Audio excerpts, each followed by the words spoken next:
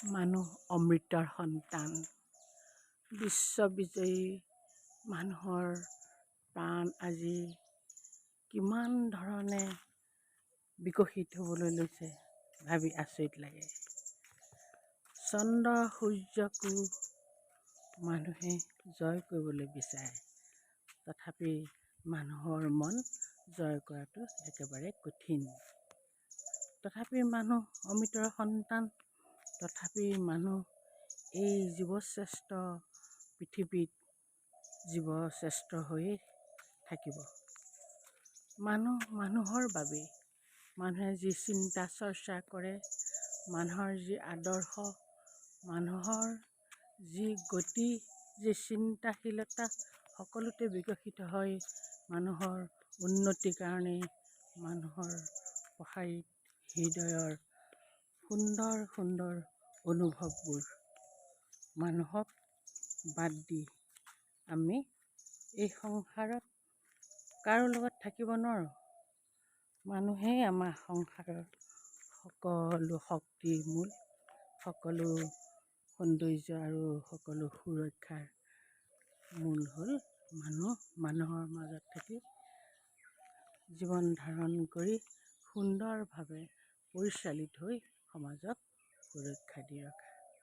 এনেহেন মানুহৰ পৃথিৱীত মানুহ কেৱল সুন্দৰভাৱে পৰিচালিত হৈ এখন পৃথিৱীৰ সৌন্দৰ্যক ৰক্ষা কৰি এনেদৰেই মহীয়ান হৈ থাকিব আজিৰ মানুহ। মানুহে আজি চন্দ্ৰ সূৰ্য সকলোকে জয় কৰিবলৈ লৈছে, তথাপি মানুহে মানুহৰ মন জয় কৰিব পৰা হোৱা নাই।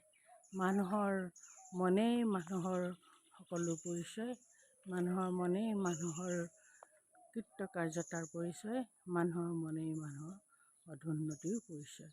গতিকে সকলোৱে সুন্দৰভাৱে নিজৰ মনক পৰিচালিত কৰক।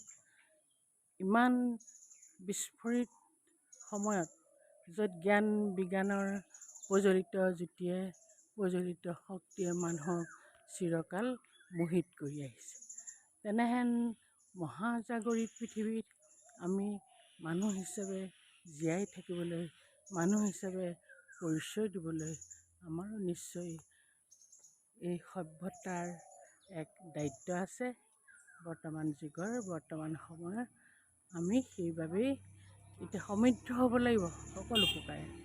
সকলো প্ৰকাৰে জীৱনক সমৃদ্ধ কৰি জীৱনৰ নতুনত্ব বিচাৰি সৌন্দৰ্যৰ পৃথিৱীত মানুহ বাচি থাকিবলৈ হ'লে মানুহে বুজিব লাগিব মানুহৰ মৰ্যাদা, মানুহৰ সন্মান, মানুহৰ সাহসিকতাৰ পৰিচয়, মানুহৰ দুৰন্ত গতিৰ পৰিচয় আমি